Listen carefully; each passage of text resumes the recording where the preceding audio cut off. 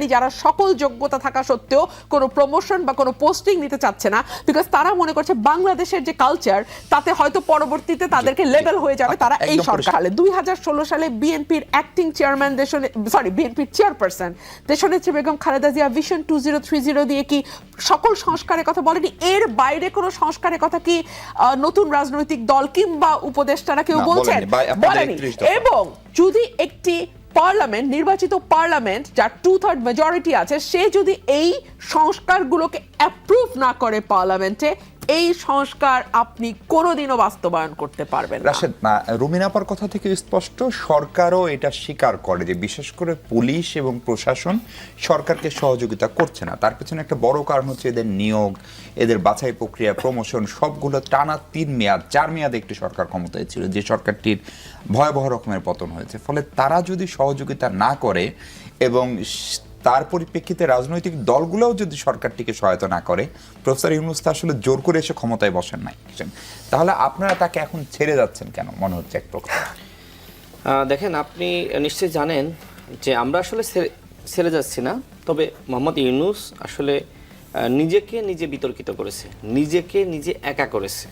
তিনি শুরুতে বললেন যে ছাত্ররা আমাকে নিয়োগ দিয়েছে, এরপরে আবার বিদেশি গণমাধ্যমে সাক্ষাৎকার দিয়ে তিনি বললেন ছাত্রদের আশীর্বাদ ব্যক্ত করলেন, ছাত্রদের একটি দল গঠন করা দরকার, অন্যথায় এই অভ্যুত্থানের যে চেতনা সেটি হাইজ্যাক হয়ে যেতে পারে, আওয়ামী লীগের কালচার আবার ফিরে আসতে পারে।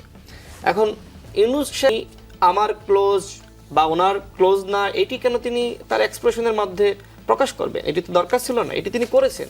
এই করার কারণেই অন্যান্য দলগুলো মনে করছে যে আমাদের প্রকাশ না করে যদি করতে তাহলে ঠিক হতো। রাশেদ, দেখেন, অনেক সময় আপনি ছাত্র জীবনে ছাত্রলীগ করেছেন বা ছাত্রদল করেছেন, আপনি যখন গভর্নমেন্ট সার্ভিসে যাবেন তখন কি আপনি ওই ছাত্র দলে থাকা অবস্থায় যা করেছেন গভর্নমেন্ট সার্ভিস হোল্ডার হওয়ার পরে তাই করতে পারবেন? পারবেন না। আমি ধরে নিলাম যে ডক্টর ইউনূস ছাত্রদেরকে বেশি ভালোবাসেন, এটা মনে মনে রাখবেন, কিন্তু সেই ভালোবাসা যদি তিনি প্রকাশ করেন কাজের মাধ্যমে, নিরপেক্ষ না থাকতে পারেন, তখন তো অভ্যুত্থানের অন্যান্য শক্তিরা তারা মনে করে যে আমাদের মাইনাস করার একটি চিন্তায় ইউনূস রয়েছে বা এই সরকার রয়েছে। এই কারণেই কিন্তু নতুন দলটিকে নিয়ে এই ধরনের সমালোচনা। এখন সমালোচনা মানেই কি আসলে দলটিকে ভয় পাওয়া হচ্ছে? যে প্রশ্ন আপনি আমাকে করলেন যে আপনারা কেন কিংস পার্টিকে ভয় পাচ্ছেন, আমরা তো ভয় পাচ্ছি না, কিন্তু আমার কথা হলো যে সরকারটি রয়েছে, এই সরকারটিকে সবাই ভয় পাচ্ছে যে এই সরকার কি করে।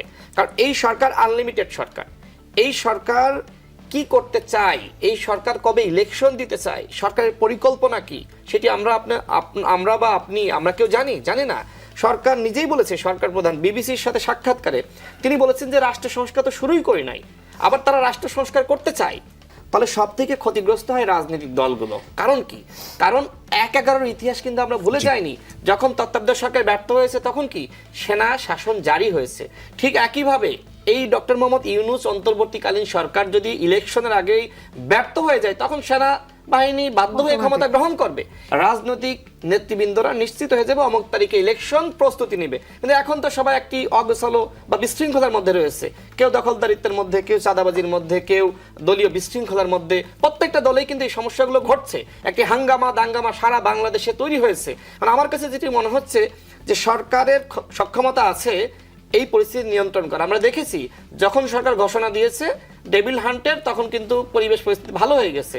এরপরে যখন সরকার ছাড় দিয়েছে বা দুর্বলতা প্রকাশ করেছে তখন আমরা দেখেছি যে পরিস্থিতি খারাপ হয়ে গেছে। এখন যেহেতু বিষয়টা এরকম যে ইলেকশন দিতে হবে, সেক্ষেত্রে এই ধরনের পরিবেশ থাকলে সরকার বলতে পারবে যে ইলেকশন দেওয়ার মতন পরিবেশ নাই। এবং এই কথা কিন্তু নতুন যে দল গঠিত হয়েছে তারা কিন্তু বলতেছে যে ইলেকশন দেওয়ার তো পরিবেশ নাই। এই কারণে কিন্তু সন্দেহ সংশয় তৈরি হচ্ছে। আরেকটা কথা বলি, আমি বলেছিলাম যে নাহিদ এই মুহূর্তে আসলে কে? নাহিদ কি আসলে উপদেষ্টা নাকি সে আসলে একটি দলের প্রধান? নাহিদকে মাথায় রাখতে হবে সে এখন উপদেষ্টা না। একজন উপদেষ্টার মতন কথা বললে জনগণ কিন্তু ভুল মেসেজ নেবে। তিনি বলেছেন যে আপনারা ঐক্যমত পোষণ করেন, আমরা ইলেকশনের ব্যবস্থা করে দিব। তিনি কি আসলে এখন প্রধান নির্বাচন কমিশনার নাকি প্রধান উপদেষ্টা? সেই প্রশ্ন কিন্তু, বা এখন উপদেষ্টা পদে, সেই প্রশ্ন কিন্তু মানুষের মনে রয়েছে।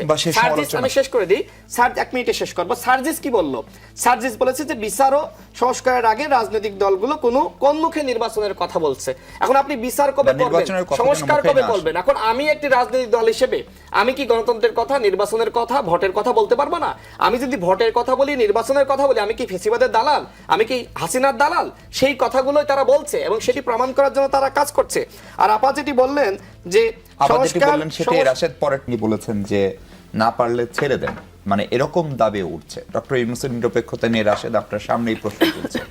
ফলে 7 মাসের মাথায় ধরেন যদি আইন শৃঙ্খলা পরিস্থিতি ঠিক থাকতো, সবকিছু স্বাভাবিক থাকতো, আমি নিশ্চিত ব্যারিস্টার রুমিন ফারহানা বা রাশেদ এই পরিস্থিতি যে হয়েছে সেটা আপনারা স্বীকার করেন কিনা, এক, এবং এখান থেকে উত্তরণের উপায় কি? যেহেতু প্রফেসর ইউনূস বলেন তিনি আপনাদের দ্বারা নিয়োগকৃত বা নিযুক্ত, ফলে তার জন্যই বা আপনাদের পরামর্শ কি, রাস্তাটা কি?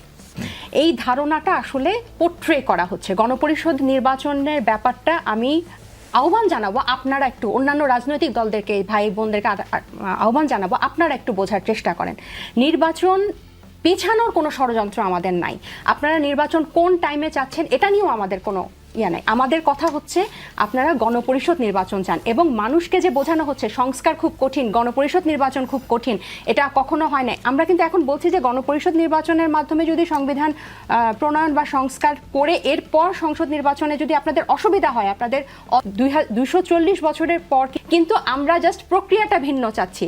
এবং নিউ এজের যে সম্পাদক নুরুল কবির সাহেব উনিও বলেছেন যে বর্তমান যে সংবিধান আছে এটাকে একটা ইলেকট্রাল অটোক্রেসি বলা যায়। আপা যে বললেন যে এটা 2/3 মেজরিটি পেলে, তো সেটা পার্লামেন্টে সে পরিবর্তন করুন। হ্যাঁ, এটা পার্লামেন্টটা কিন্তু বিদ্যমান সংবিধানের বিপরীতে গিয়েই কিন্তু হয়েছে।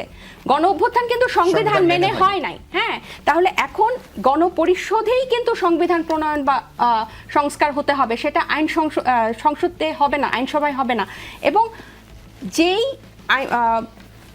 ইলেকট্রাল একটা অটোক্রেসি বলা হচ্ছে এটাকে, এবং উনি কিন্তু উল্লেখ করেছেন এই যে এই জিনিসটা না বোঝার এই যে ব্যাপারটা, এটা একটা রাজনৈতিক জ্ঞানের একটা অভাব। এবং ওনারাও কিন্তু এভাবে পোট্রে করছেন যে আমরা গণপরিষদ নির্বাচন চেয়ে জনগণের সাথে ষড়যন্ত্র করছি নির্বাচন পেছানোর জন্য। আপনারা এর আগে জুলাই সনদ নিয়ে বেশ সিরিয়াস ছিলেন। আমরা এখনো জুলাই সব রাজনৈতিক দলকে আমরা এটাতে আহ্বান জানিয়েছিলাম, এবং সরকার পরবর্তীতে কিন্তু আমাদের আহ্বানের প্রেক্ষিতেই কিন্তু সরকার বলেছে যে ঘোষণাপত্র করবে, এবং এটা কিন্তু আমাদের এখনো চাওয়া যে এই জুলাই ঘোষণাপত্রকে এই সংস্কারের মধ্যে এটা নিয়ে আসতে হবে। আমি আরেকটু আপনাকে বলি যে 2/3 ব্যপারটা, যদি এই মেজরিটি পেয়ে যদি বিএনপি 2/3 গিয়ে যে সংস্কার করে, পরবর্তীতে যদি আরেকটা দল আসে তারা তো ওই হ্যাঁ না ভোট করে এটা আবার বাতিল করে দিবে।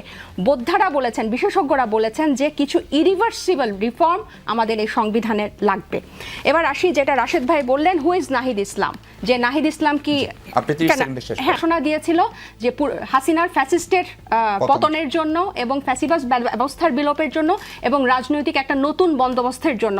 নাহিদ ইসলাম হচ্ছে সে যে আওয়ামী লীগ বিএনপির পরে এই বাংলাদেশের ইতিহাসে, রাজনৈতিক ইতিহাসে এত বড় বর্ণাঢ্য একটা রাজনৈতিক দলের আত্মপ্রকাশে, রাজনৈতিক দল নিয়ে সে আত্মপ্রকাশ করেছে, সে রাজনৈতিক দলের আহ্বায়ক। Nahid Islam is someone who is making us to believe that a new democratic Bangladesh is possible in this country and second republic is possible in this country. So Nahid Islam is, who is Nahid Islam? এই প্রশ্নটা থেকে কিন্তু তার এই জিনিসটা, এই পথ চলা যে গণ অভ্যুত্থান